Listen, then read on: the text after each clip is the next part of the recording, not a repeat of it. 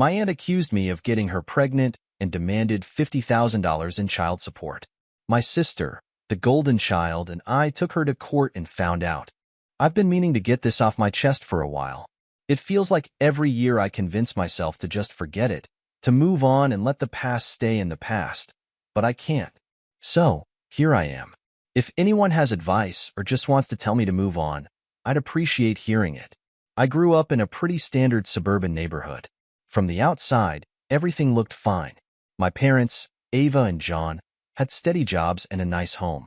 But inside that house, things were different. And, honestly, it all started the day my little sister was born. Her name is Emma. She was the golden child, literally from the moment she came into the world. Before she even took her first steps, it was like my parents forgot I existed.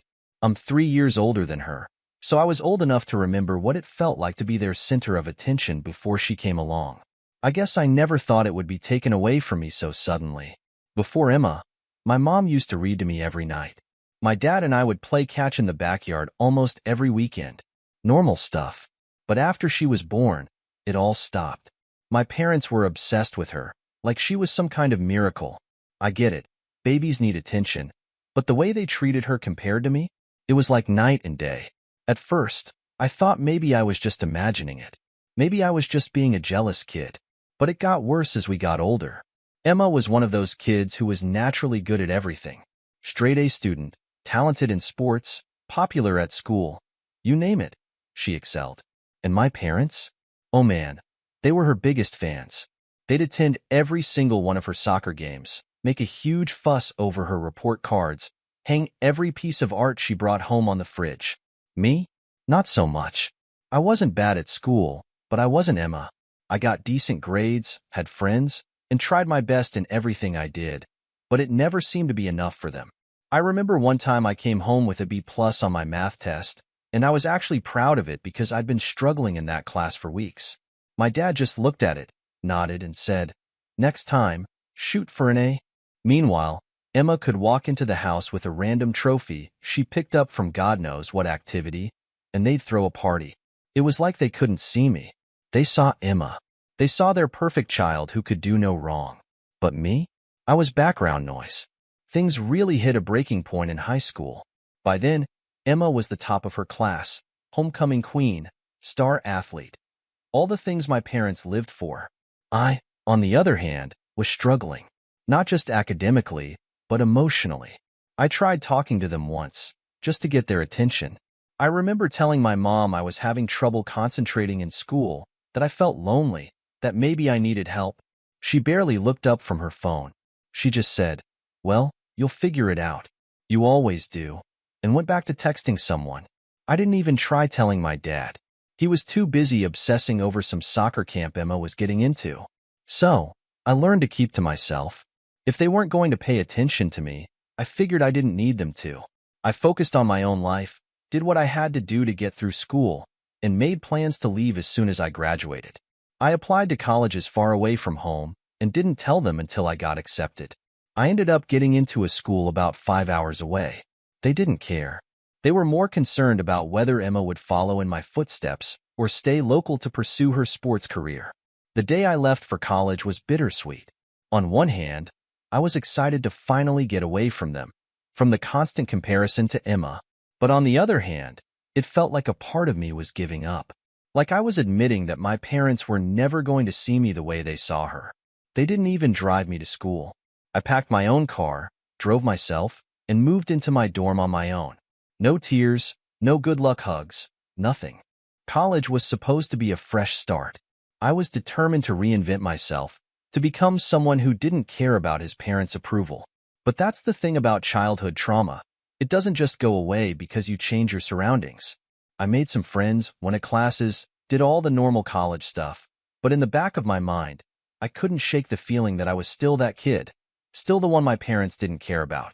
After my first year of school, I decided to stay in the city where my college was located instead of going back home for the summer. I got a job as a waiter and rented a cheap apartment with some friends. I didn't even bother telling my parents. When they didn't call to ask why I wasn't coming home, I knew I'd made the right choice. And here's where things get complicated. One night during the summer, I got a call from Emma. I hadn't heard from her in months, which wasn't unusual. She had her own life, and I had mine. But when I answered, she was crying. Hysterical. Actually, at first, I thought something terrible had happened, like an accident or something, but it wasn't that. She told me that our parents had found out she'd been secretly dating one of her teammates, a girl. I was stunned. I never knew Emma was into girls, but it didn't matter. What mattered was how our parents reacted. They freaked out, completely lost their minds, and kicked her out of the house. It didn't surprise me that they reacted poorly, but kicking her out? That was a new low, even for them. She didn't know where else to go, so she drove to my apartment and basically begged me to let her crash with me for a while. I didn't hesitate. As much as I resented her for the way our parents favored her, she was still my sister, and she was in trouble. I let her stay with me, and for the first time in my life, I saw Emma for who she really was. Not the perfect, untouchable golden child, but a scared, confused teenager who didn't know where else to turn. She stayed with me for a few weeks, and during that time, we actually started to get close. We talked about everything. Our childhood, our parents, the pressure she'd always felt to be perfect. It turns out she wasn't as happy as she seemed. She'd been miserable, trying to live up to their expectations. And now that she was finally free of them, she didn't know who she was anymore. It was weird. For years, I'd been jealous of her, of the attention she got, of the way our parents treated her like she was better than me. But now, seeing her broken down and vulnerable, I didn't feel that way anymore. I felt sorry for her. Our parents had messed her up just as much as they'd messed me up, maybe even more. But just as we were starting to bond, things took a dark turn. One night, I came home from work, and Emma was gone. At first, I thought maybe she'd just gone out to get some air or something, but when I tried calling her, she didn't answer. Hours passed, and I started to panic. I called her again and again, but it went straight to voicemail. I even called our parents to see if they'd heard from her, but they hadn't. It wasn't until the next morning that I got a call from the police. Emma had been found in a park, passed out after what looked like a failed suicide attempt. She had taken a bunch of pills and left a note in her car, saying she couldn't live with the shame anymore. I was devastated. All those years I'd been angry at her, thinking she had the perfect life, and she'd been struggling just as much as I had. Maybe more. She survived, thank God, but she was in the hospital for a while after that. My parents, of course, didn't show up. They couldn't even be bothered to check on her. After that, things were never the same. I cut my parents out of my life completely. They didn't care about me before, and they sure as hell didn't care about Emma now that she wasn't their perfect little girl anymore. Emma and I stayed close, though. We both moved on in our own ways, but I'll never forget what happened during those weeks. It changed everything for me. I've been thinking about what happened after my last post, and I realized that what I shared was only half the story. So, I figured it was time for an update. Things didn't magically get better after I cut off my parents. In fact, things got a lot more complicated. This might get long, but I need to tell the whole story. After Emma's suicide attempt, everything felt like it was hanging by a thread. She was in the hospital for a few weeks, and during that time, I visited her every day. We didn't talk much at first. What was there to say? She was still processing everything, and I didn't know how to help. But being there, even in silence, seemed to be enough for her. When she finally got discharged, we both knew we couldn't just go back to how things were. She couldn't keep crashing at my place indefinitely, and I wasn't in a position to support both of us long-term. I was still working that waitressing job, living paycheck to paycheck in a rundown apartment. Emma didn't have a job anymore. Her parents cut her off financially, and she was too shaken to return to soccer or school. So, we needed a plan. We decided to start fresh. Emma and I had spent our entire lives living in the shadow of our parents' expectations, but now we had a chance to make something of ourselves on our own terms. We both found entry-level jobs at a marketing firm in the city. It wasn't glamorous, but it was a start. I was doing admin work, answering phones, filing reports, basically grunt work, and Emma, despite her talents, took a similar position, working on basic client research. At first, it was tough. The pay was low, and neither of us had any real experience in the corporate world. We were working long hours just to stay afloat. Our apartment was tiny, barely big enough for the two of us, and we could hear every creak of the floorboards from the neighbors upstairs. But for the first time in a long time, it felt like we were building something together. But then came the setbacks. About 6 months into our new jobs, Emma hit a wall. She'd been struggling with depression and anxiety since the suicide attempt, and working in a fast-paced, high-pressure environment wasn't helping. She started having panic attacks at work, sometimes right in the middle of a meeting or when we were under a tight deadline. It was hard to watch. My once invincible sister, who had always seemed like she could handle anything, was breaking down in front of me. I tried to support her as best I could, but I was barely keeping it together myself. Work was brutal. The boss we worked for, a guy named Mark, was notorious for being a hard-ass. He didn't care about personal issues or mental health. He just wanted results. If you didn't deliver, you were out. No exceptions. I remember one time, Emma had to leave early because she felt a panic attack coming on, and Mark went ballistic. He called her unreliable in front of the entire office. I could see how much it hurt her, but I knew we couldn't afford for her to quit. Around this time, I realized I needed to do something drastic to get us out of this cycle. So, I started taking online classes in digital marketing. I figured if I could get certified, I could climb the ranks faster and maybe make enough money to help Emma out more. I didn't tell her at first because I didn't want to stress her out even more. I'd study late at night after work, exhausted but determined to find a way out. And then came the first real break. I landed a promotion. It wasn't anything huge, but I was moved into a junior marketing role, which meant more responsibility and a small pay bump. For the first time, it felt like we were making progress. I could finally afford to cover more of the bills, and Emma didn't have to push herself as hard at work. She cut back her hours, focusing on getting therapy and taking care of her mental health. But, of course, nothing good lasts forever. One morning, about a year into our new lives, I got a call from Emma while I was at work. She was hysterical, and for a moment, I thought she might have tried something again. But when I finally got her to calm down, she told me that one of our old high school classmates, a guy named Jake, had reached out to her. Apparently, Jake had heard about her being disowned by our parents and decided to swoop in like a knight in shining armor. He offered her a place to stay, promised her he could help her get her life back on track. At first, I didn't think much of it. I figured Jake was just being kind, but something about the way Emma talked about him made me uneasy. She seemed too eager to get away from everything, to start over again, this time with Jake. I tried to talk her out of it, telling her we were doing fine, that we didn't need anyone else's help, but Emma wasn't hearing it. She was convinced that Jake had the answers.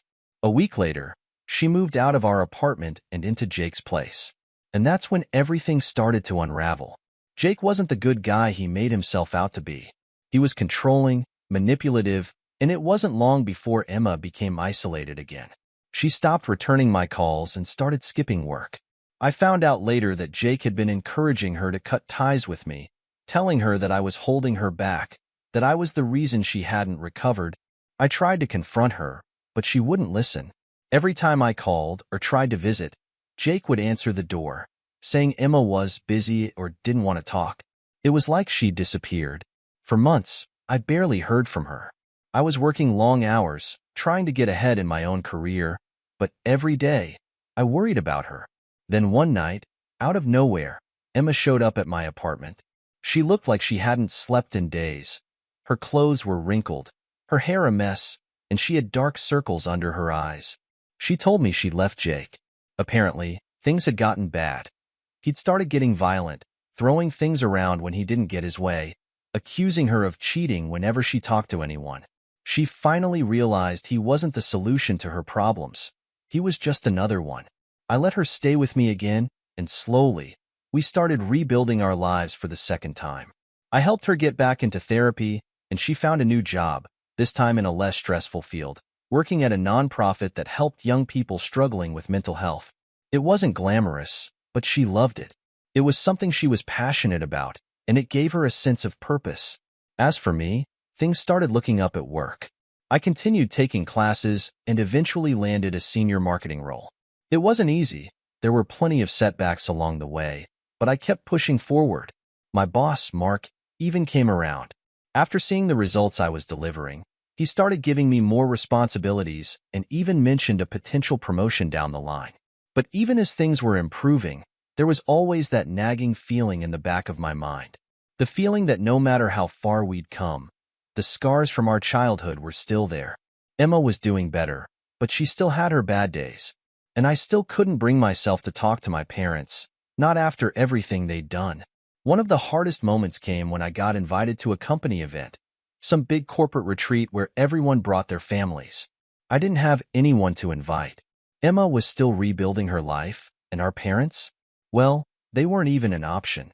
I remember standing there, watching everyone else with their spouses, their kids, their parents, and feeling so incredibly alone. Even though I'd come so far, even though I'd built a life for myself, it still felt like something was missing. But then I remembered something Emma had told me once, back when she was at her lowest. She said, "We're all we've got." And she was right. As much as I wanted things to be different, as much as I wanted a normal family, I knew that Emma and I had each other, and that was enough. So, where am I now? Well, I'm still working at the marketing firm. I've moved up in my career and am making decent money. Emma's doing well at her job, and she's come a long way since those dark days. We still have our issues, who doesn't? But we're in a much better place now. But the truth is, the pain of being ignored by my parents, of growing up in Emma's shadow, it never really goes away. It's like a scar. You can cover it up, you can move on with your life, but it's always there, a reminder of everything that happened. This is probably going to be my last update, and to be honest, I never expected to get this far. When I first posted about my toxic relationship with my parents and how they treated Emma and me, I was just venting. I didn't think anything would really change. But here I am, years later, reflecting on how far we've come. If you've been following my story, then you know the hell we've gone through, and you also know how much we've struggled to rebuild our lives. Well, things took another turn, and I'm here to share how everything played out. After Emma left Jake and we started piecing our lives back together, we found some stability for the first time in what felt like forever. I'd been steadily climbing the ladder at the marketing firm, and Emma's work at the nonprofit was helping her recover from the emotional wreckage left behind by our parents. But it still didn't feel like enough. We were surviving, sure, but we weren't thriving. We wanted more out of life. More than just working for someone else and living paycheck to paycheck. The idea to start a business was one of those late-night conversations that neither of us took seriously at first. It was Emma who suggested it. She had grown tired of the corporate world, and her passion for helping people had sparked the idea that we could do something bigger. I wasn't sure what at first, but as we talked about it more, the pieces started to fall into place. We realized that, between the two of us, we had skills that could complement each other. I had experience in marketing and business, and Emma had a deep understanding of people and how to connect with them on a personal level. So, we started small. We pulled together what little savings we had and launched a marketing consulting firm that specialized in working with nonprofits and small businesses. The idea was simple. We'd help organizations with meaningful missions grow their reach and impact by offering affordable marketing services. It seemed like a no-brainer. Emma had the heart for it, and I had the skills to back it up. But, of course, nothing worth doing is easy. At first, it was a complete disaster. We didn't have the capital to hire anyone, so we were doing everything ourselves. I was designing marketing campaigns, building websites, and managing client accounts all at once, while Emma handled outreach, customer relations, and everything that fell under client support. We were working around the clock, sometimes pulling 18-hour days just to stay afloat. The stress was unbearable at times, and there were moments when I genuinely wondered if we'd made a mistake. The worst of it came during our first major client project. We landed a contract with a nonprofit that worked with at-risk youth, helping them gain access to educational resources and job opportunities. It was exactly the kind of project Emma and I had dreamed of working on, something that could make a real difference. But we quickly realized that we were in over our heads. The nonprofit had high expectations and very little patience. They wanted immediate results, and we simply weren't equipped to deliver at that scale. I remember one night, Emma and I sat in our tiny office, staring at our computer screens in silence, knowing that we were on the verge of losing the contract. It felt like everything we'd worked for was about to slip through our fingers. I don't know if it was sheer desperation or some kind of last-minute adrenaline rush, but we pulled an all-nighter, reworking the entire campaign from the ground up. We redesigned their website, launched new ad campaigns, and crafted a social media strategy that finally caught their attention. It worked. That project ended up being the turning point for our business. The nonprofit was so impressed with the results that they referred us to other organizations, and before we knew it, we had a steady stream of clients. But success came with its own set of challenges. The more clients we took on, the harder it became to manage everything on our own. We were still struggling with cash flow, and we couldn't afford to hire full-time employees, so we had to get creative. This is where we made our first major hire, a guy named Liam. He was a freelance graphic designer we'd worked with on a few small projects, and he seemed like a good fit for our team. We couldn't offer him much, just a part-time gig with the promise of more work down the line if things picked up. Liam was talented, but what we didn't know at the time was that he had a lot of personal baggage. He was going through a messy divorce and was barely holding himself together. At first, everything was fine. Liam was a great addition to the team, and his designs took our projects to the next level. But as his personal life spiraled out of control, it started bleeding into his work. He'd miss deadlines, show up late, and sometimes disappear for days without a word. I didn't want to fire him because I knew he was going through a rough patch, but we were a small business, and we couldn't afford to carry someone who wasn't pulling their weight. Things came to a head when Liam completely botched a major project for one of our biggest clients. He'd been tasked with designing a branding package for a startup, and when the deadline came, he handed in something that looked like it had been thrown together in an hour. The client was furious and threatened to pull the contract, which would have been a huge financial blow for us. I confronted Liam, and what I didn't expect was his complete meltdown. He broke down in the middle of the office, crying and admitting that he'd been drinking heavily and hadn't been able to focus on anything. I felt torn. Part of me wanted to fire him on the spot, but another part of me, maybe the part that had seen Emma go through her own dark times, knew that firing him wouldn't fix anything. So, instead, I gave him an ultimatum. I told him he needed to get help, to take some time off and sort out his personal issues. If he could come back to us with a clear head, we'd give him another chance. If not, we'd have to part ways. Liam agreed, and surprisingly, he followed through. He checked into rehab and took a month off to focus on his recovery. When he came back, he was like a different person. The transformation was incredible, and he became one of the most reliable members of our team. But the whole ordeal taught me a valuable lesson about the importance of boundaries and knowing when to step in before things get out of control. As the business grew, so did the challenges. We had a small team, but we were taking on more work than we could handle. Emma and I were still working insane hours, and the stress started taking a toll on our health. Emma, who had always struggled with anxiety, began having panic attacks again. I was constantly exhausted, and there were days when I didn't think I could keep going. That's when we made the decision to hire a business manager, someone who could take over the day-to-day operations so Emma and I could focus on the bigger picture. We brought in a woman named Nora, who had years of experience managing small businesses. Nora was a godsend. She took over the logistics, handled the finances, and made sure everything ran smoothly. For the first time in what felt like forever, Emma and I could breathe again. With Nora at the helm, the business thrived. We expanded our client base, hired more staff, and even opened a second office in another city. It was everything we dreamed of, and yet, there was still that lingering feeling of emptiness. Success didn't fix the deep-rooted issues we had with our past, and no matter how far we'd come, it didn't change the fact that we were still carrying the weight of everything that had happened to us. But then came the biggest twist of all. One day, out of the blue, our parents showed up at our office. I hadn't spoken to them in years, and I wasn't prepared for the wave of emotions that hit me when I saw them standing in the lobby. They looked older, more tired, and there was a kind of desperation in their eyes that I hadn't seen before. They wanted to talk, to apologize for everything they'd done, for the way they treated me and Emma. I didn't know what to say. Part of me wanted to scream at them, to tell them that it was too late, that the damage was already done. But another part of me, maybe the part that had spent so many years seeking their approval, wanted to hear them out.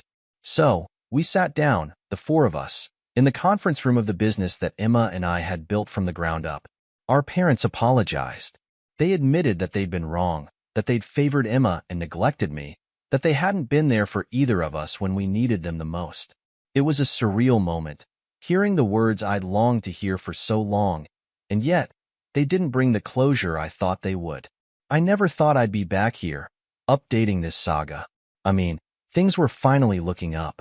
My sister, Emma, and I had built a business from scratch, worked through all kinds of personal drama, and even managed to start healing from the trauma our parents had left us with. But I guess life had one more insane curveball to throw my way. I'm not even sure how to explain this, but I'll try.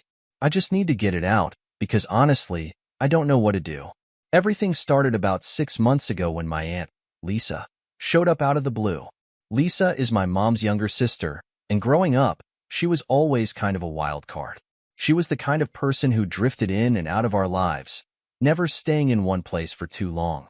Sometimes she'd be around for holidays or family events, but mostly she was off doing her own thing. She's never been close with any of us, and I hadn't seen her in years. So, when she turned up at my office, I was surprised, to say the least. At first, I thought she was just visiting, maybe trying to reconnect or something, but the moment she sat down, I knew something was off. She looked different, nervous, agitated. She wasn't making small talk or catching up. She got right to the point. And the point? She claimed she was pregnant. And not just that, she claimed the baby was mine. I swear, my heart stopped. I couldn't process what she was saying. This was my aunt, my mother's sister, and she was sitting in front of me, accusing me of getting her pregnant. It didn't make any sense. I mean, I hadn't seen her in years, and there was absolutely no way we had been involved like that. But she was adamant. She started laying out this insane story, saying that we'd hooked up at some family gathering last year, that we'd both been drinking, and one thing led to another. The problem? It never happened. Not once, not ever. I don't even drink like that, and I hadn't seen her at any family event in years. But Lisa wasn't backing down. She was convinced the baby was mine, or at least that's what she wanted me to believe. When I tried to tell her she was crazy, she just kept doubling down, getting more aggressive, saying she had proof and that I needed to take responsibility. She demanded $50,000 in child support, up front. No DNA test, no nothing. Just her word and a demand for money. She threatened to go public with the whole thing if I didn't pay, saying she'd ruin my business, my reputation, everything. I was completely blindsided.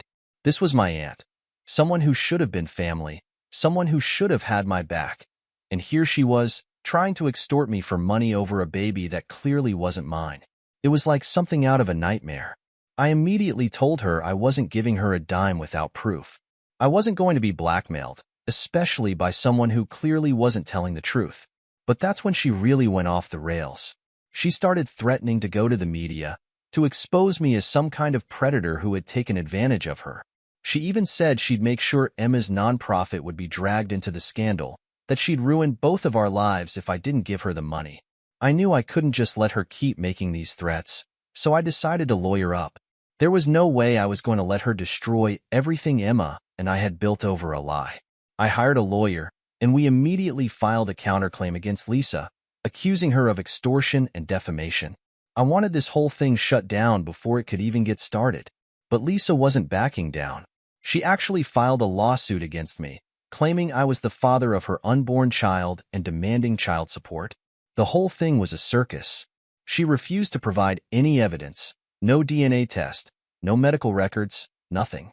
She just kept insisting that I was the father and that I owed her money. Meanwhile, my lawyer was trying to get the case dismissed, but Lisa's threats kept escalating. She started spreading rumors about me, telling people I was trying to deny the child and that I was abandoning my responsibilities. It was a complete nightmare. My reputation started taking a hit, and even though I knew the truth, it didn't stop the whispers and the side glances from people who didn't know the whole story. I was furious, but more than that, I was terrified. Terrified that she might actually succeed in destroying everything I'd worked for. The legal battle dragged on for months.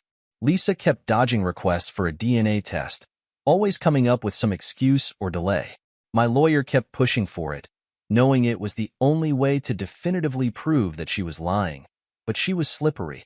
Every time we thought we were close to getting her to comply, she'd throw up another roadblock.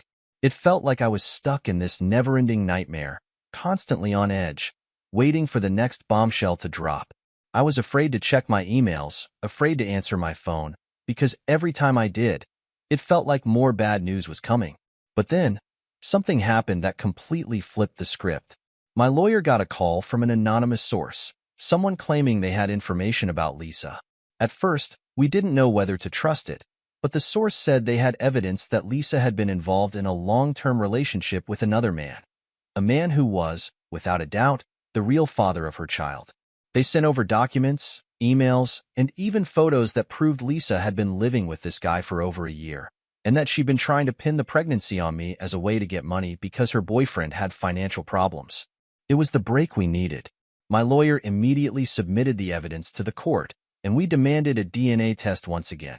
This time, with the evidence we had, the judge ordered Lisa to comply. She couldn't dodge it anymore. When the DNA results finally came back, they confirmed what I'd known all along. I wasn't the father. Lisa had lied about everything. I thought I'd feel relief when the results came in, but honestly, I just felt exhausted. The whole ordeal had drained me, mentally, emotionally, financially. I'd spent months fighting this ridiculous claim, and while I was glad it was finally over, the damage had already been done. People had heard the rumors, and even though I was cleared, not everyone would hear the truth. But Lisa? She didn't get away with it. After the DNA test, the court dismissed her lawsuit, and we immediately moved forward with our counterclaim. The judge ruled in my favor, and Lisa was ordered to pay damages for defamation and attempted extortion. She lost everything: her reputation, her credibility, and any chance of getting away with her scheme. I haven't seen or heard from her since the case was closed. From what I've heard through the grapevine, she left town and is laying low somewhere, trying to avoid the fallout from her lies. As for me, I'm still trying to rebuild. It's going to take time for the dust to settle, but at least now, I can finally breathe again.